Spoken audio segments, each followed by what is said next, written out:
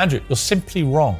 If that's what you believe, Piers, It's what I believe. I don't believe in things that take power away. There is not an eminent doctor in the world Piers that would agree with you. Piers, Do you think you know more than doctors? I can't become clinically depressed. Why do you know? Because I don't believe in it.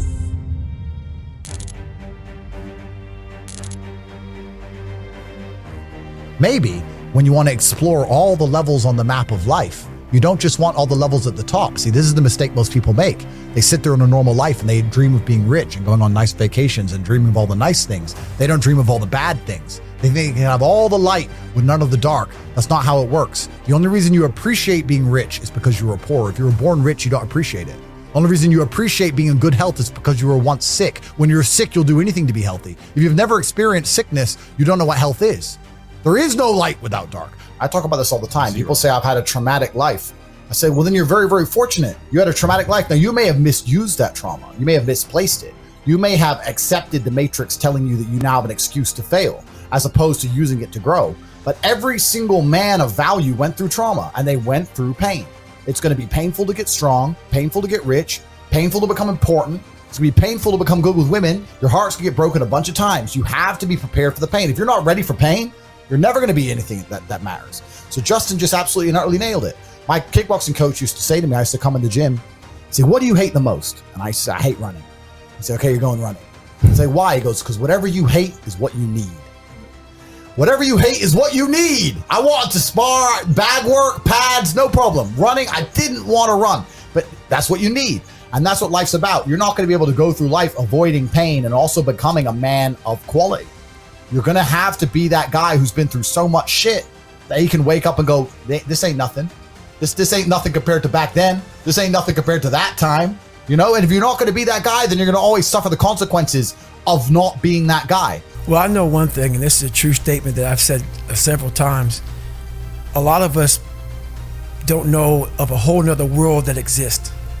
It's on the other side of suffering. Once you break these barriers that you have made for yourself, like the mind is the most powerful thing in the world. It is so amazing that I used to be a 300-pound guy and I thought that was it. Could barely read, could do anything. And now that what was inside that person was this guy that's in front of you today. That's how scary the mind is. And that's what I started realizing through this journey, is that once I got a taste of, wow, man, I haven't even begun to crack what the mind is capable of. And what I started realizing is on the other end of suffering, that's the real growth of life, because you realize how the mind processes shit. And I talk about another thing called theory and practice. A lot of people are theorists. These smart guys that read these fucking books and shit, man, and they sit down, they tell you what the mind is supposed to do. And a lot of us listen to that shit. It becomes like, this is it, man. This old man who has been studying the mind forever, this is the cap that we have. By being a practitioner, I went out and realized a lot of these guys are so wrong, man. The mind has capabilities that are so unknown, and I found that through suffering. And there's a whole nother world on the other end of that. There's pain to become important, and there's pain in not being important. So you have to make a choice. So I think Justin absolutely utterly nailed it. I think his answer is even better than mine could be. You need to find something you're afraid of, find something that could hurt you, and go do it. And that's one of the great things about being young, right? You're basically superhuman. Yeah. All of us are our age. We're all in our 30s. I remember when I was 21. Bro, I Run through a wall. Bro, I could drink all night. Yeah. I run 20 miles. Fight You all couldn't day. hurt me. Like I had Wolverine-like healing abilities, and this is actually one of the problems with the world today. I noticed the internet's this up because we have all these youngsters who have a voice. They all think they know something on Twitter and on the internet. These kids, right? When I was 23, 22, I didn't know shit. I'm 35 now. I'm one of the smartest men on the planet. And when I was 23, I didn't know shit. When you're 35, you're definitely going to still be a dumbass. So when you're 23, like you are now, you don't know anything. Your only attribute is the fact you have Wolverine-like healing abilities and you're not using it. Stop talking, start listening, get out there, get hurt, get the back up. There is a degree of wisdom that comes from physicality. I learned a whole bunch of shit about the world from just having my ass kicked. It wasn't even conversations. It was just getting beaten up. And you learn about the world from I write tweets and people are like, that's so wise. Where'd you learn that? I was like, oh, kicked in the face. That's how. What do you believe about depression? Do you believe depression is a real thing? I believe that feeling depressed is real. I don't believe depression as a clinical disease is real, no. I believe that the number one power you have against these things are trying to take control of your own mind and affecting your own life. I believe that it's not healthy to hand over all your power and believe that depression is an outside disease that you can't affect. I know that when I've had difficult periods in my life, and also many of my friends, like I've said, suffer from PTSD and been through terrible things. I've lived a very difficult life, and I know people who have, that the things that made them feel better is when they woke up and said, you know what, I'm not gonna allow this to damage me anymore. I'm gonna take responsibility. I'm gonna get up and I'm gonna fight this as hard as I can. If someone comes to me and says I'm clinically depressed or I feel very, very sad, I would say the first thing you need to do is stop accepting the identity of a clinically depressed person. Stop accepting you have no control over this. And my point is that a lot of people who are clinically depressed are suffering with something in their life, and if you fix the problem in their life, perhaps they won't feel depressed anymore. That's not a disease. Yeah, but Andrew, that's situational. Andrew, you're simply wrong. If that's what you believe, Piers. That's what I believe. I don't believe in things that take power away. There is not an eminent doctor in the world Piers that would agree with you. Piers, do you think you know more than doctors? I can't become clinically depressed. Why do you know? Because I don't believe in it. Your mind has a tactical advantage over you at all times. It knows your weaknesses, it knows your strengths, and it will guide you into your nice comfort zone. Yeah. We have to reprogram our mind to get a different vantage point, so then you know how to be in charge of yourself. Yep. Versus your mind being in charge of you. I call that my 40% rule, where like a car has a governor on it. It can go 130, you know, the governor's only gonna go 91. Right. And the whole thing about that is a true statement, you know, like what you said. Our mind wants to protect us. The mind is like, honestly, it has a tactical advantage over us. It knows our deepest, darkest fears or insecurities. It knows where we start to feel, we start getting that doubt creeping that says, hey man, you know what, man, maybe this isn't good. Let's go back home to the wife. Let's go back home to the kids. This is not comfortable. So in that moment, the mind directs us. It's a protective mechanism. It saves us from doing bodily harm, or it really saves us from discovering that the mind's like, I want to be in charge of you. I don't want you to be in charge of me. So it tells you, let's just stop right here. But once you start breaking through that barrier and start breaking down that governor that you've put in your mind, because we forget we are in control of our mind. We believe it's the other way around. No, we put in our minds what we should do, but we believe our mind is telling us, it's giving us all this feedback. We have to reprogram it and tell us, no, we're good. We're good, this sucks, but it's okay. Everything I've ever done in my life, I didn't want to do. Everything, every day. I'm a lazy piece of shit. And I'm one of the hardest working people that ever stepped foot on this planet Earth. And I'm saying that very proudly because I know what I do. It's not cocky. I'll tell you I'm stupid. And I'll also tell you the exact opposite of what I've done. It's the truth. It is the truth. So imagine how much I've developed in that time frame. But it's the scary thing. Why most people don't want to do that, build that willpower, is because it is scary. It unlocks a whole bunch of things about who you are and who you're not. And a lot of people don't want to go down that journey to discover who they are and who they're not. Because it's not a pretty journey. I mean, I've gone down it. It's not like I went down it once. I go down it all the time. And when you unlock that, and you can't just turn it off. Like people say, hey, well, how come you haven't retired yet? I built all this willpower. Do you think it's gonna let me just retire because my knees hurt? It's telling me every morning, I wake up like, man, my knees hurt, my legs hurt, my body hurts, but you can still run. So why aren't you running? If you can still run, there'll be a time when you can't lace them up anymore, but you can still run. So I still run. When the time comes I can't run, the body will say, you just can't run. But if I can still do something, that willpower that I have created, it makes me do it every day. And that's what they don't get. What builds a human being is you start with the small building blocks. And before you know it, man, you become something that it doesn't even make sense to most people because it's just who you are now. That's why I can still run at 50 at 49 with broke down knees and broke down body, because my body knows you still can. Therefore, I do. Second you stop, the willpower is gone.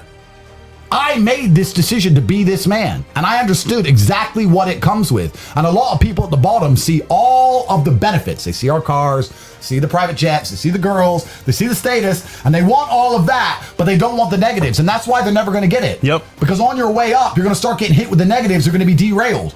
There's no way to get to the top without dealing with monumental levels of stress. I often say the reason a lot of people don't have the things they want is they couldn't handle the things they want.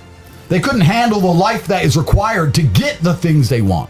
They simply would get anywhere near it and start to panic and pussy out and just go on holiday and hide on a beach and delete their social media. Even comments. Bro, mean comments. Bro. I've got street problems. You think I give a about mean comments from some anon?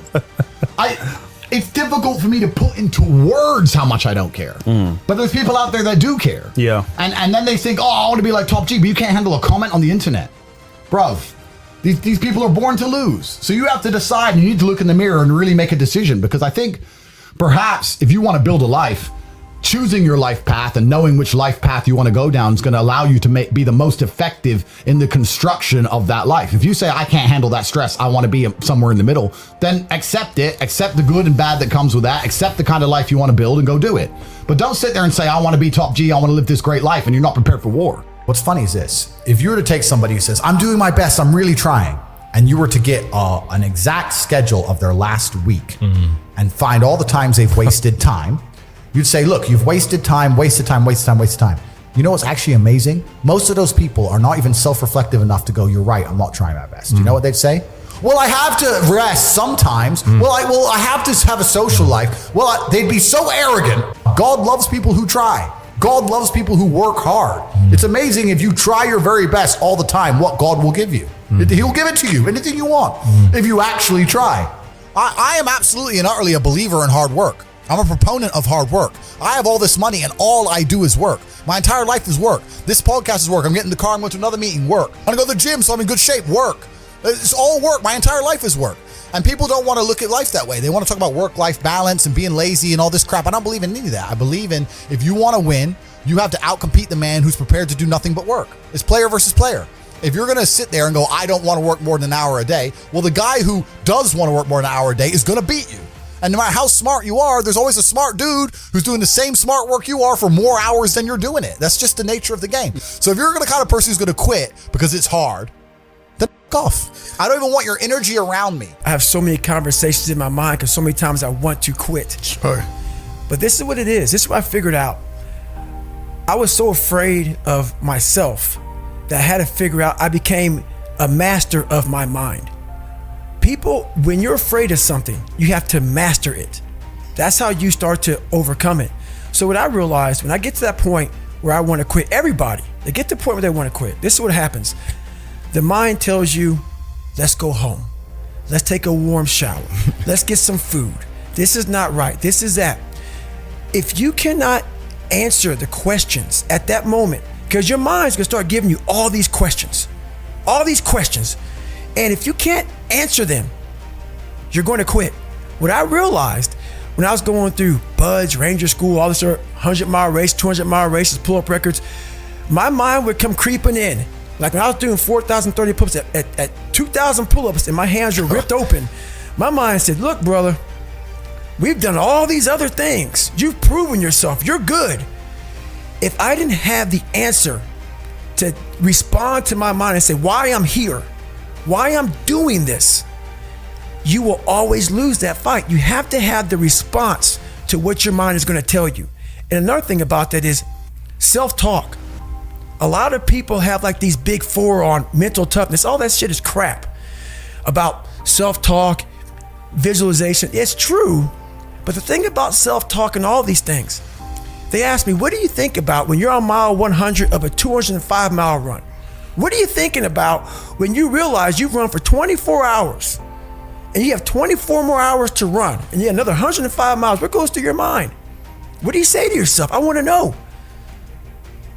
A lot of people think self-talk works. It does, but it doesn't work without the suffering before your mind starts saying we need self-talk.